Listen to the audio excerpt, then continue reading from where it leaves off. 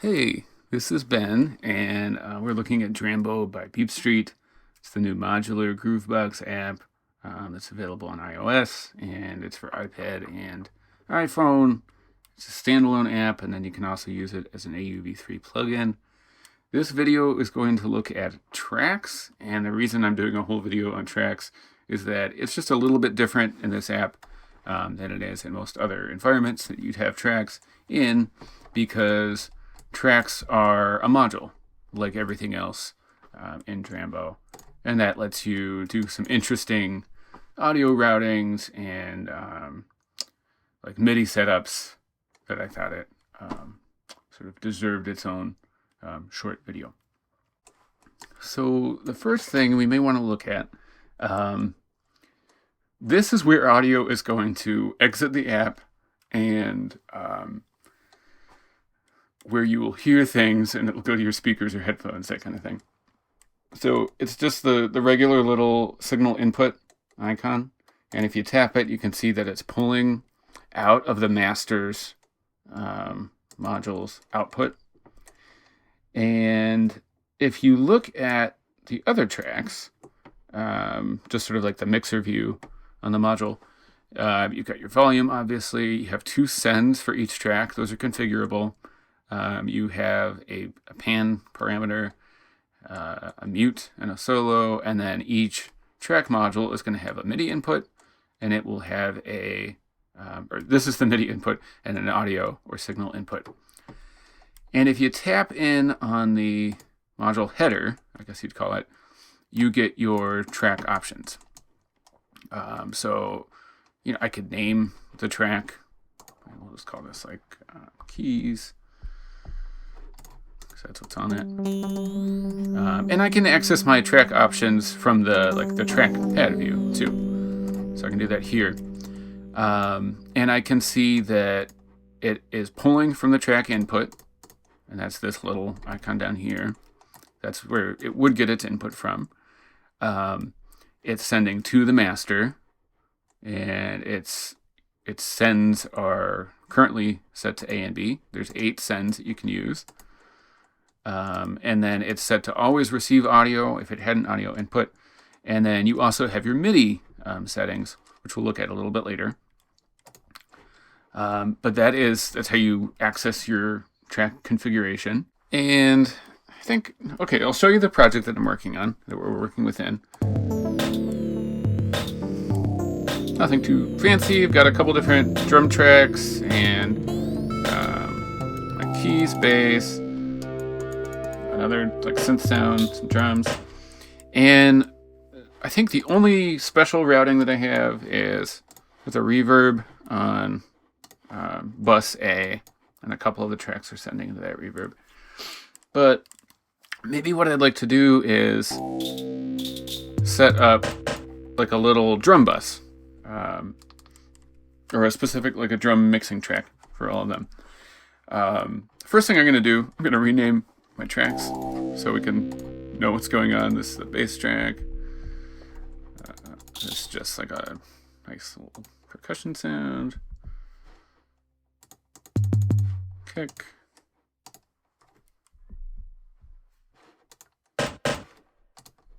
Snare sample. And like a synth. And I can even rename this reverb so that it's clear. So I just need to use one of my other tracks, or I can even make one. Make a track. I'm going to call this drum mix. And I'm going to put it just in front of all, or I guess, yeah, in front of all of my drums. So if we go ahead and solo these, what I need to do is have all of these sending to one of the buses, and I need drum mix to receive from a bus. So tap into the track settings up here, audio from, let's just use C, I guess. And then we'll send all of these to C.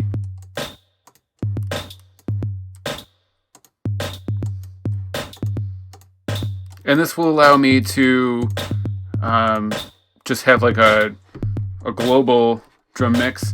Now, if you're playing around and you don't want to like trigger something, you can just turn track trigger off and then you can click in. So all we need to do is add some effects on this track under processors, maybe like an EQ. And we may want a compressor.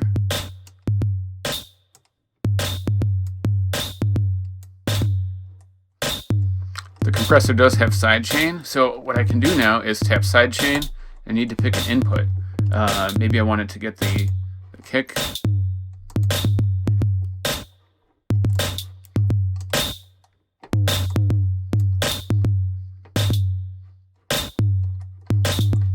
So very easy to mix different tracks together into a bus, and then that bus is still going to send out.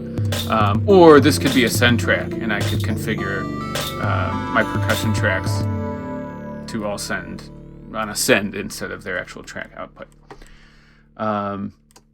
What else? So one other thing that you may want to do is use one of these tracks as like an external audio processor. So all you need to do is go to your track settings and then change track input from track input to external audio. Now in the standalone version, currently there's no way to set up which channel of an audio interface you're pulling from. In a DAW, that would be very easy because it would be on the audio track that you're using. So now I'll leave this here for a second. So I would just put an effect on this track, and I'll go to processor, and got like a goofy, just for our purposes. Let me mute this one, and now you can hear me and it sort of sounds like a robot, so that's fun. So you can hear me, and that's how you set up audio processor. Enough of that. I'll change this back to not receiving anything externally. Let's do track input. So you can use all of your, like the audio, the buses of audio, and all of your track configuration to route audio around. But then, just a reminder, you can add modules into this main view, this top level view. So if you wanted more of like a visual mixer, it'd be really easy to do. You could just set up a mixer track or a mixer module, and you could get your audio from specific, just the output of different tracks. And we won't hear anything different here, but we get our track input from the mixer. Now it's going to light up here. And if we solo it, we won't hear it, but then we could put our own effects in here.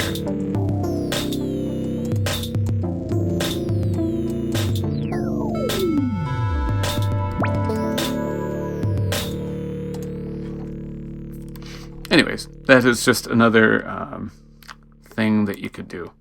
And we don't have to do that right now. But, so very quickly, we'll look at MIDI. All right. So maybe, on my percussion tracks, why don't I hear those? Oh, because trigger isn't on. There, better. Maybe I want to, I'd like to be able to control these with a MIDI controller, and I want to be able to control all three. So what I would do is go to the track settings and then look at my MIDI settings. So I don't care about channel right now, but I could tell this to receive from a specific MIDI channel. But maybe I want to look at note And, oh gosh, I'll have to figure out what note is what. But I'm going to find note 63. And the other thing I'd have to do is, normally, Drambo is going to look for MIDI only when the channel or the track is selected. But you can change it from receive MIDI to active track to always. And now I just have to find note 63. Okay, here it is. So 63, 64,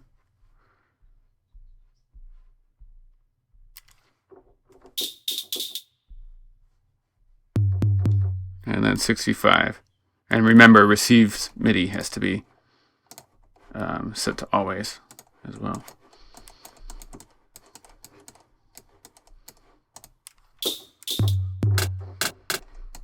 So you could record on 3 tracks at once.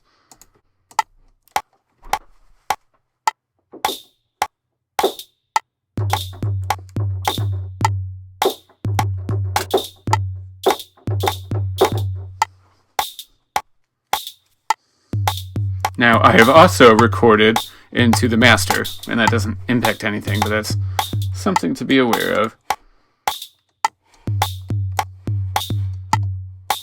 We'll just clear those away. But if I go into my different tracks, you'll see that my notes are laid down. So in addition to being able to configure everything that you want with your audio settings within the track and between tracks, you can do that with MIDI as well. So one other thing that you may want to do, in addition to just like recording from a MIDI controller and having those tracks receive MIDI all the time, you can actually affect the MIDI from this main track, as you saw. Like, you can record notes in here. So maybe what I'd like to do is just like transpose from the main track.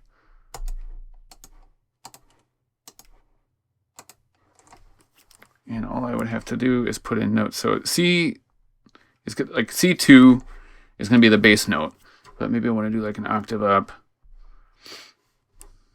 and like fifths, octave down. We'll see how all this sounds, because it's kind of random.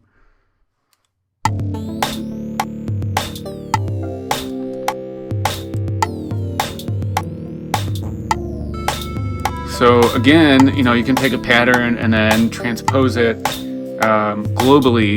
Turn our metronome off. I don't know. So much that you can do with this because of the way that everything is set up kind of modularly. So that is, I think I covered most of the details of track settings.